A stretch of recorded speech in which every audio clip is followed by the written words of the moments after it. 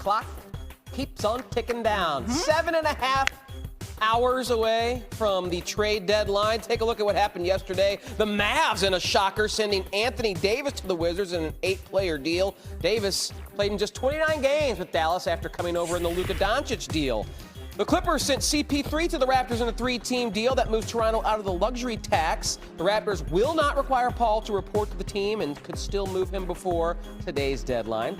Utah also making a move, acquiring Lonzo Ball in a 3-team trade, but they are expected to waive the guard, allowing him to become a free agent. Ball became expendable after the Cavs landed James Harden and Dennis Schroeder over the past week.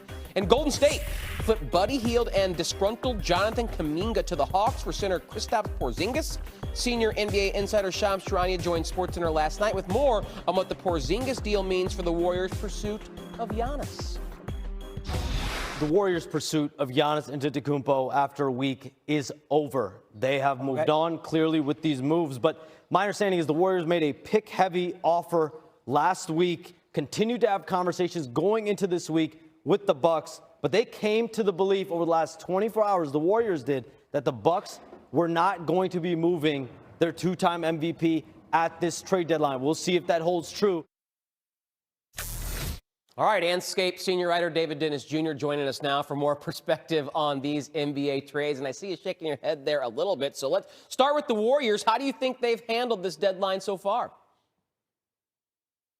All right, let's be real. This is an abject failure by the Golden State Warriors. They put all of their eggs in the Giannis Antetokounmpo basket because they had no choice but to put all their eggs in the Giannis Antetokounmpo basket, because that front office has spent the last half a decade convincing us that they're light years ahead of everybody, so they're building for a future, even though they have a generational star on their roster in Stephen Curry. They've taken their once-in-a-lifetime star and done the best they can to squander the end of his career. And as a result, you have a Jonathan Kuminga, who you've been telling us is the future of your organization, who has not been able to get on the floor hardly at all this season. You move him to Atlanta for Kristaps Porzingis, which, no disrespect to him, he's got health issues. I'm in Atlanta. I was forgetting that this dude was played for the Hawks. The guy just is not healthy. So the Warriors are looking at a dead-end season right now because of what they've built around Stephen Curry. And the best thing that the Warriors have going for them is that Wardell Stephen Curry does not go to that front office,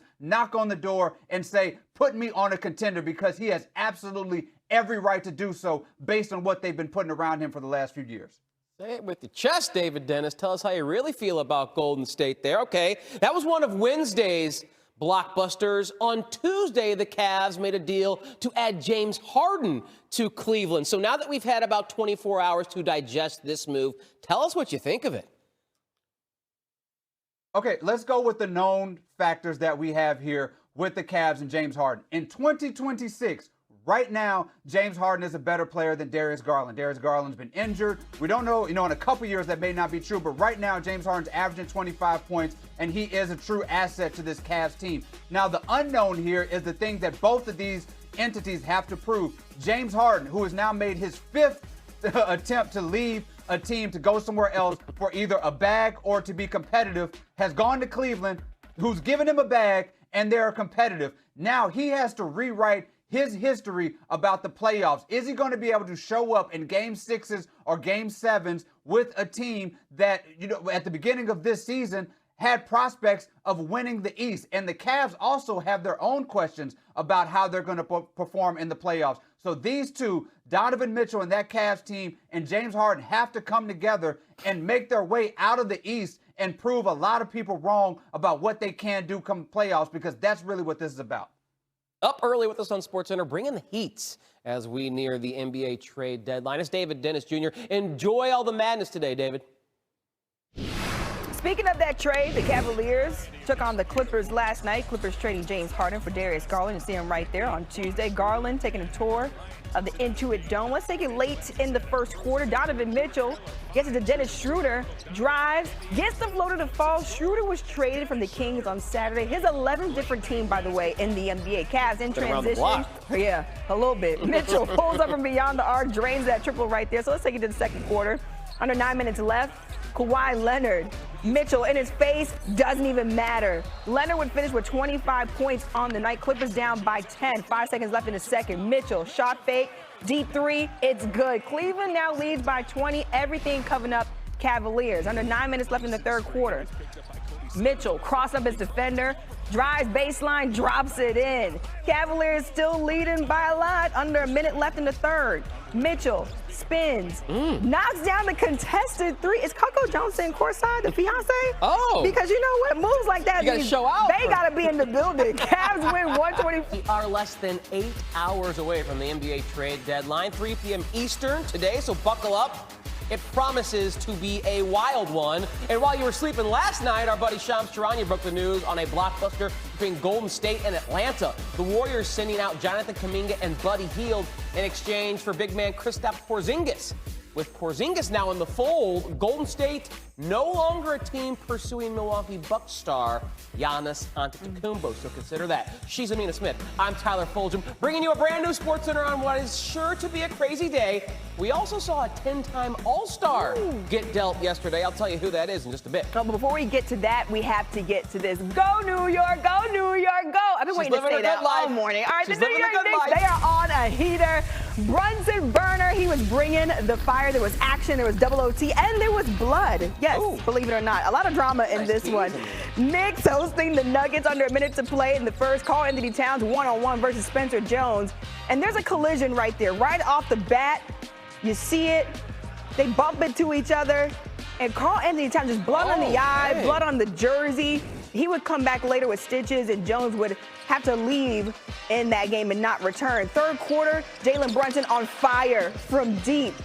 Brunson, 5 of 12 from deep in this one. 3 of those coming in the third quarter. You could not stop him in the third quarter from beyond the arc. You see it right there. It was good. Fourth quarter, under 2 to play. Brunson drives in the paint, gets a contested layup to go. Knicks lead by 2. Under 20 seconds to play. Jamal Murray, pull-up jumper. You know he's got it. Come on. Nuggets, they tie it up at 108, and we've got drama. Nikola Jokic tries the buzzer beater, but it's no good. I mean, usually it works. Usually it works. Did not that time. 30 points, 14 rebounds, 10 assists, but couldn't get that one to fall right there. OT, Murray finds Jokic under the rim for the bucket. Nuggets tie it at 117. A few plays later, Brunson finds Cat under the basket for a layup. Murray a little bit shaken up on that play right there. Knicks take the lead by 2. Under 6 seconds to play. Murray attempts a game-winning buzzer beater, but it's no good. Look, the Knicks appear to win it, but keep your eye on Mikal Bridges under the basket. Bridges shoves Christian Brown, and a foul is called. Look, Cat can't believe it, but I mean, they look like they got tangled up. I'm not gonna lie. After the first made free throw, Brown would also make the second, and now we're into double OT. So 4:20 left. Brunson, the jump shot contested, doesn't even matter. Knicks tie it at 121. Brunson again, pull-up 3. You could not stop him. 42 points, 8 rebounds, and 9 assists for JB. Landry Shamet looking for Bridges, finds him in the corner, nails the 3, and that'll be all she wrote. Knicks win it 134 to 127. That's 8 straight for the New York Knicks. And the Knicks, they stay hot and remain tied with the Celtics for second in the East. They've won 8 straight games, their longest win streak this season, and they've outscored their opponents by 180 points over that span. That is their best point differential over an 8-game span in franchise history, and the best within a season since the 2023-2024 Celtics. Oh, man, that was quite a game. We had quite a Wednesday as far as trades. That 10-time All-Star I was talking about, Anthony Davis had a shocker dealt to the Wizards in an 8-player deal. Davis had only played 29 games for the Mavs due to a variety of injuries after being involved in the Luka Doncic trade. The Clippers sent CP3 to the Raptors in a 3-team deal that moves Toronto out of the luxury tax. The Raptors will not require Paul to report. He could still move to another team before today's deadline. Utah acquiring Lonzo Ball in a 3-team deal, but they are expected to waive the guard, allowing him to become a free agent. Ball became expendable after the Cavs landed James Harden and Dennis Schroeder over the past week. And the Bulls continued their overhaul. Kobe White and Mike Conley to the Hornets in exchange for Colin Sexton and Ousmane Dieng.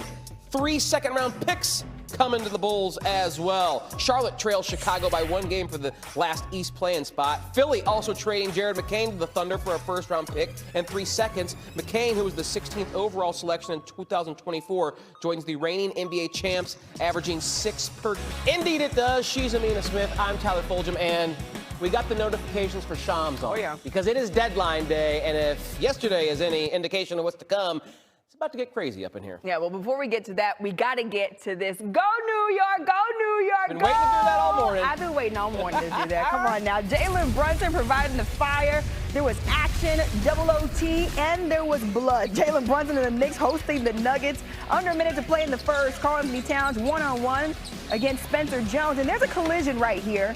Towns driving, and the two bump heads. You can see it a little bit closer right here. And like I said, there would be blood. Ouch. Towns with blood on the eye, on the jersey. He would come back later with stitches, and Jones would later leave and not return in the game. But the third quarter belonged to Jalen Brunson from deep.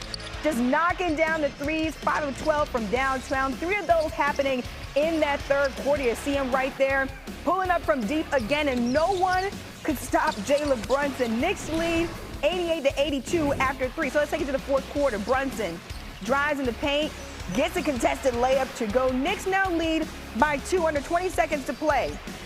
Jamal Murray, pull up, jumper, it's money. Come on, it's Murray. Nuggets tied up at 108 apiece, and we've got drama. Nikola Jokic tries it at the buzzer beater, but it's no good. Usually that would go in, Tyler. That was close. Usually that would be a dub for him. 30 points, 14 rebounds, and 10 assists, but he can't get that one to fall. So now we get into OT. Murray finds Jokic under the rim for the bucket right there. A few plays later, same score. Brunson finds Cat under the basket, gets the layup to go. Murray a little shaken up after the play right there, but he'd be good to go. Under 6 seconds to play, Murray attempts a game-winning buzzer beater, but it's no good. The Knicks appeared to win it here, but keep your eye on Mikal Bridges under the basket. Bridges shoves his Christian Brown, and a foul is called.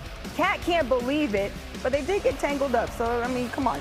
Brown made the first, also makes the second, and now we head into double OT. 4:20 left. Brunson contested, doesn't even matter. Knicks tied at 121 apiece. Brunson again, pull up 3. I told you cannot stop him. 42 points, 8 rebounds, and 9 assists in this matchup. Under 2 minutes to play.